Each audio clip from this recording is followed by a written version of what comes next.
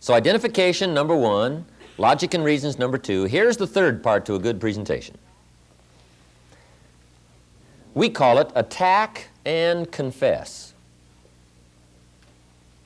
Now, those may sound like fairly strange words here, but you'll see where I'm going in a moment. Attack and confess. This is where the fingers slowly close around the throat. No, it's not that kind of an attack. Okay. Here's what we mean by attack and confess. In any presentation, we now need to get to what some of the problems are for anybody to decide. And guess what? All humans have problems deciding. We all do.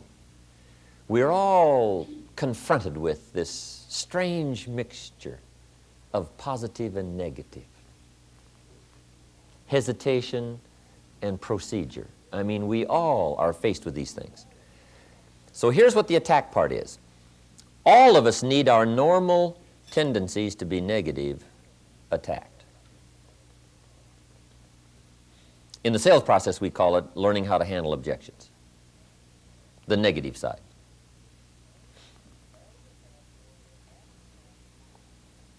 All of us have normal negative tendencies. And this is a good note to make. Negative is normal.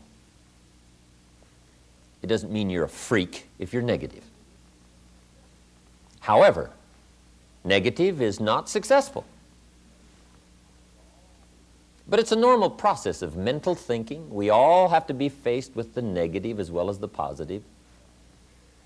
But the big question is, what are you going to do about it? Now, if somebody's skillful in making a presentation, they learn how to approach this subject of the things that need to be attacked. And we all need those tendencies attacked. Now, I've used the word attack because I think it's important. Sometimes in the sales process we call it how to handle objections, but some things need to be more than handled. They need to be attacked.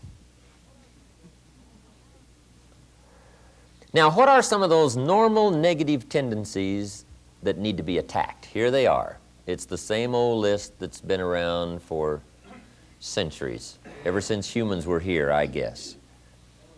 The things that need to be attacked. First of all, excuses. Putting it off on someone else. Now, see, that's a normal human tendency. Giving excuses. Now, unless you're skillful in the presentation process, sure enough, you'll buy somebody's excuses, whether it's a child, whether it's a business colleague, whether it's a prospective client, no matter who it is. Sure enough, unless you can skillfully handle this attack on the excuses, somebody is going to give you excuses for reason not to do it, for reason not to buy, for reason not to change, for reason not to accept. Right? The negative part, the attack. Excuses can range from no telling what. Blaming somebody else, that needs to be attacked. Remember that list I had in the evening seminar, right? Reasons why I wasn't doing well. That's a good list to keep in mind. If you've got your notes on that, you just might go back through them. I blame the government. I blame the weather. I blame the traffic.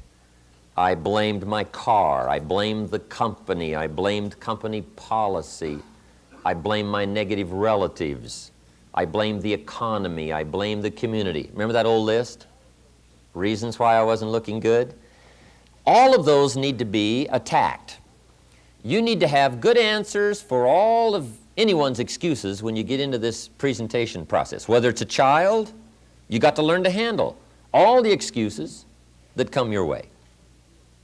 Learning to attack them. Now, what you must learn to do is attack the problem and not the person. And this is probably one of the most challenging skills to develop. How to attack the problem and not the person.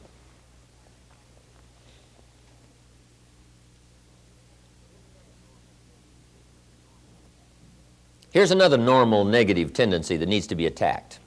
Procrastination. Delay, putting it off. Guess how long we will put it off if somebody doesn't get on our case? Yeah, forever. All of us need somebody to get on our case. I mean, everybody needs somebody. Even the most skillful person can use a coach. Here's what you're doing wrong if you took one step back before you moved in. If you did this, if you did this. We all need some coaching, okay? But procrastination, that has to be dealt with. And I understand about procrastination because I'm probably one of the world's best procrastinators. I've done a lot of things, but I've got to admit to you. Somebody asked me one time what my greatest fault was and what my greatest virtue was. Interesting. Tomorrow I'll tell you about my greatest virtue. But today I'll tell you about my greatest fault. It's probably procrastination. I've done a lot of things, but I am one of the world's great procrastinators. I've learned the art extremely well. In fact, I've learned it so well I could teach it. I can show you how to do it so it don't show. I mean, I'm clever. Procrastination. When you're feeling good and things are going well, I mean, it's easy to let some things slide. I finally got my book finished, right? The Seasons of Life. Guess how long I've been promising that book? About 5 years. I kept saying, I got this book going, got this book going, got this book going. And my staff kept saying, oh, wonderful, wonderful, wonderful. People say, I'll be happy when your book comes out, year after year. Finally, about a year ago, some of my staff members come to me and says, hey, why don't you either write the book or don't talk about it anymore?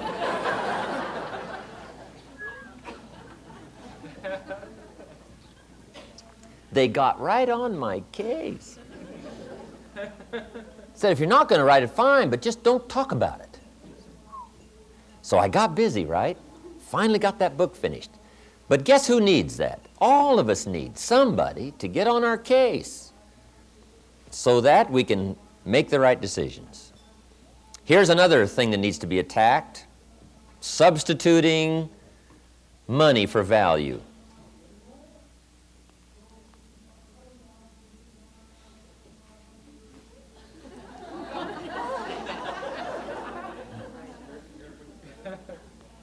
Are you going to buy something over here? Okay. Substituting money for value. Here's one of the old excuses: it costs too much. Substituting money for value. That needs to be attacked. Mr. Schoaf got right on my case way back when I told him things cost too much. He said, let's really be honest. What you really mean is you can't afford it.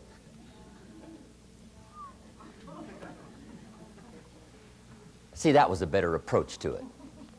The excuse is it costs too much. Say, no, no, let's admit you can't afford it. Guess how long it's cost too much? Always. It's always cost too much. It never was cheap. Somebody says it used to be cheap. No, no, not back then. It was still expensive back then, right? So substituting money for value is just another excuse. Somebody asked me if I had a new definition, recent definition of success. I said, yes, I think I do. Success is not having to wait for somebody to go to Hong Kong to get you a camera.